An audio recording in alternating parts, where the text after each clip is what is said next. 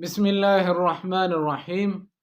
اللہم صلی علی محمد وعلی آل محمد کما صلیت علی ابراہیم وعلی آل ابراہیم انک حمید مجید۔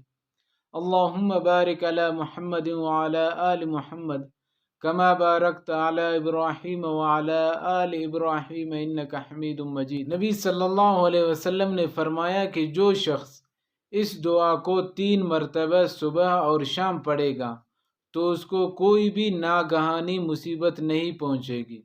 اور اس کو پڑھنے کا طریقہ یہ ہے کہ صبح نماز کے بعد 3 دفعہ یہ دعا پڑھیں اور شام کو نماز مغرب کے بعد یہ دعا 3 دفعہ پڑھیں، تو انشاءاللہ اس کو اس دن کوئی ناگہانی مصیبت نہیں پہنچے گی۔ وہ دعا یہ ہے: بسم اللہ الذی لا یضر مع اسمہ شیء فی الارض ولا فی السماء وہو السمیع العلیم۔